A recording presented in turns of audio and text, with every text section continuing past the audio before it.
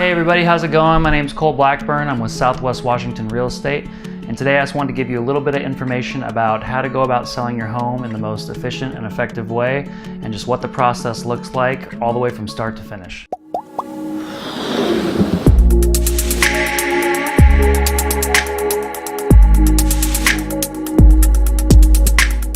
So if you are thinking about selling your home, you're going to want to do a little bit of research and make sure that you find a good agent.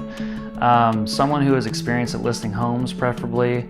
In my opinion, you don't want a brand new agent. You're going to want to really look at their reviews, maybe interview 2 or 3 of them before you go with one that has the best rapport and the most comprehensive marketing plan. All right, so after you choose your agent and you look at their marketing plan, you're going to want to make sure that it has a lot of online advertising, things like video, especially for more higher end homes, and make them really show you what they do on a normal listing or a higher end listing, whatever it is that you're going to be listing with them. You want to see some examples of what they've done in the past and what's worked and what hasn't. In my opinion, you just look at the stats from the National Association of Realtors, which show that over basically 85 to 90% of people are going to find their home online. The rest are either going to be coming from family or they're going to be coming from open houses. The very least is going to be print ads. So if someone's suggesting print ads, I would personally say stay away from it because it's a thing of the past at this point. You're also going to want to do things like make sure that they're in both MLSs. Around here where I work, there's 2 multiple listing systems, and so we really want to have everything in both of those. I also send out e-flyers as soon as I have a listing or anytime I do a price reduction, and those e-flyers go out to all the agents in the area so that all of their buyers know that we're around and what price we're at. Other than that, you want to make sure things that you can do is talk to your community and talk to your circle of influence and make sure that everybody knows that your home is on the market. Because oftentimes we do find buyers from a seller's family or friends or something of that nature. So make sure you're out there spreading the word, and you'll get the home sold much faster.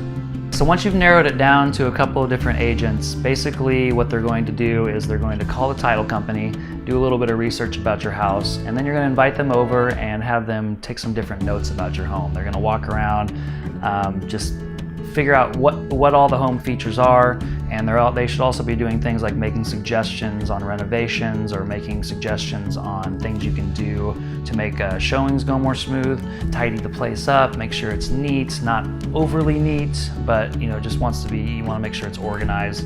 Then you're also going to want to look at things like the kitchen, the bathrooms. Do those things need to be updated? The floors, the curb appeal, any major really baseline things that go with the home, like the roof, the windows, electrical, plumbing, all those sorts of things. You want to make sure that those are all on point and good to go, because those are what's going to actually make you the most amount of money when selling the home and make the home just a lot easier to sell if those things are taken care of first. A good rule of thumb for when you're updating your home when looking for different contractors is I flip homes, so I always do a combination of 3 different bids pretty much across the board, unless it's something really small like that a handyman can do that maybe like the guy that I normally use could do really quickly. But anything like kitchen, electrical, drywall, anything that costs a couple $1,000s or more, you're going to want to get multiple bids on, because bids can vary a lot. I've had bids where it was $9,000 to re-drywall downstairs versus $14,000, or $7,000 to replumb part of a house versus $3,500. And so you really want to feel those bids out and feel also who's going to do the most high quality work for the price, and find out if they're reputable as well. So what they're going to do after that is they're going to go back to their office generally, and they're going to look up homes in the last 6 months that are similar to your home. And they're going to usually use probably 3 to 5 different comparables, and no home's going to be exactly the same. So what they're going to do is they're going to use a plus and minus system is what they should be doing. So they would add value, for example, to a home that has features that are higher end than yours, and maybe subtract value from another home that has features that your home doesn't, so that they come up with like a more even scale. And then after that's done, you can kind of look at the numbers, and that it becomes pretty clear what your home should be priced at. It's not an exact science, so you're really going to be looking at probably like a price range generally. So say the home is on the high end worth $350 and on the low end $335, so they'll give you kind of a range.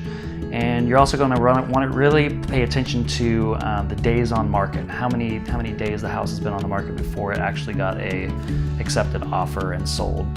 That's really important because that will show you, even more finely tuned where your home should be as far as price point. So the next thing that your agent should be doing is they should be bringing over the listing agreement once you guys have decided on a price that you want to go with.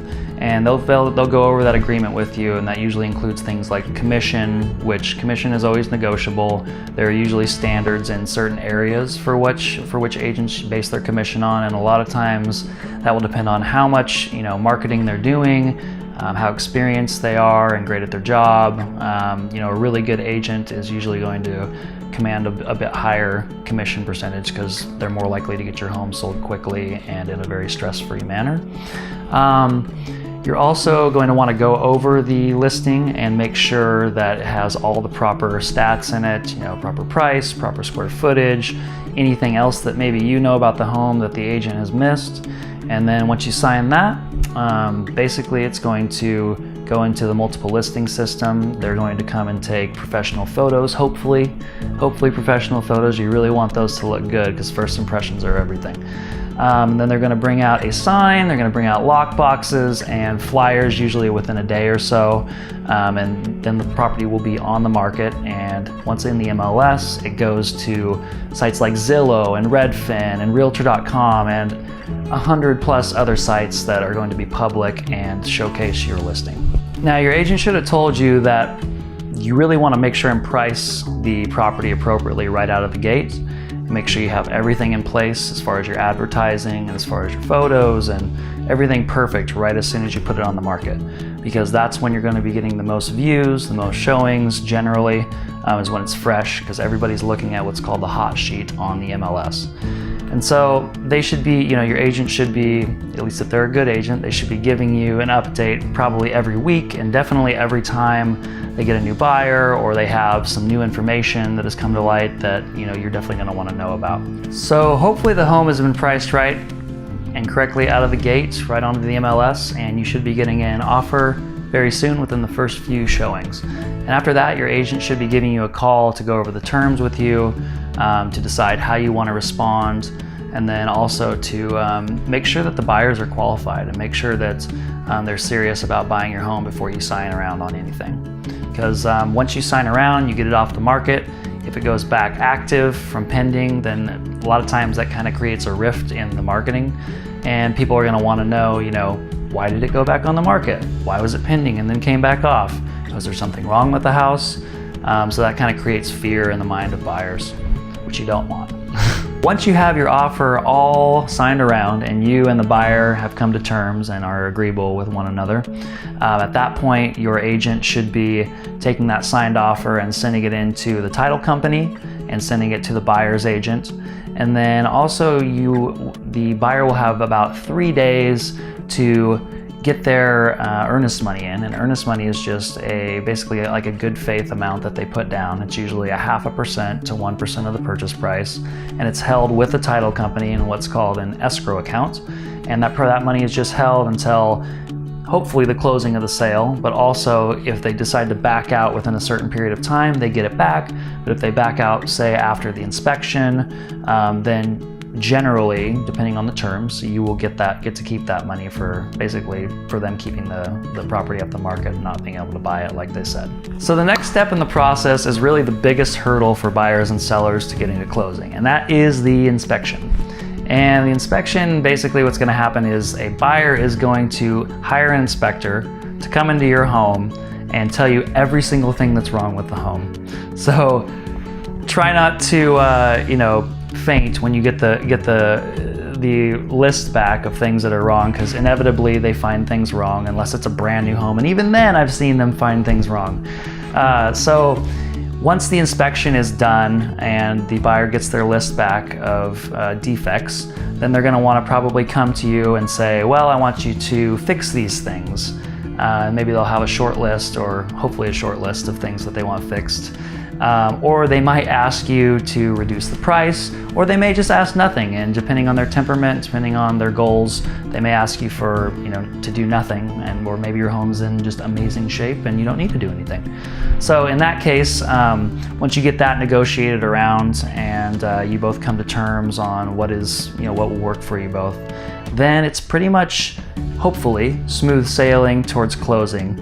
Except for there's one more hurdle, and that is the appraiser. The appraiser basically has the final say on what will and won't work for the loan. And so basically you're going to want to make, it's basically a mini inspection, and the appraiser is going to come in and just do a quick run through, and they're going to look for certain things. And it really depends on what kind of loan the buyer is getting. That will depend on what they're looking for. So if they're getting an FHA loan, a VA loan, a USDA loan, they're going to be a lot bigger sticklers than they would be if they were getting a conventional loan. And the reason that is because those first three loans that I mentioned are generally loans where you have to put zero down or much far less down than a conventional loan. And so that will tell you, the financial stability of the buyer, which you really always want to hope for either cash or conventional, but those other three loans work really well. It's just there's going to be more stipulations on what they will and won't allow in order to approve the loan. So once you get past that, you are definitely home free, but hopefully there won't be any complications that come up when the appraiser comes over.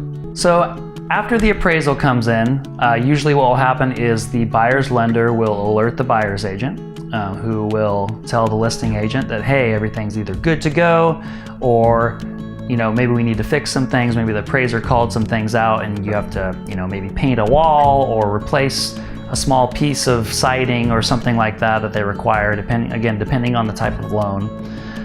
So once you get past that point though, you almost always are home free. And I always say almost always because, in this business, anything could happen. But once you get past that point, then it goes into what's called the lender underwriting division. And they will approve, go through all the last final documents, make sure everything's set and approved for the loan. And then once they give the good go ahead, then they send out what's called a CD, and that goes to the title company. And then the title company will give you a call to set up a closing date. And then you come in and sign your papers, and hopefully, if everything goes smoothly, you're home free, your home's sold, and then you're free to look for your new place. So once you're done with closing, you'll really be able to get an idea of, in my opinion, how great your agent is, because usually if they're thinking long term, they're going to want to follow up with you, make sure they did a good job, maybe hopefully have you fill out a great review for them. And then usually they'll put you on a mailing list and an email list so that you don't forget them and forget how awesome of a job you did. Because that's really what, propels our business long term, is repeat customers. So we want to make sure that all of our clients are extremely happy with the job that we did and the way that we sold their home. So thanks for tuning in and listening today, you guys. I really hope that this has been knowledgeable and really helped you guys broaden your horizons. Those of you who are thinking about selling your homes or who wants to sell in the future, I'm really here just to be of service to you and help you up your game. If you want some more resources, go ahead and check out our website for blogs and videos about real estate. You can also check out our YouTube page, Southwest Washington Real Estate. Feel free to email, text, or send me a message. I'm always here and always around and happy to help.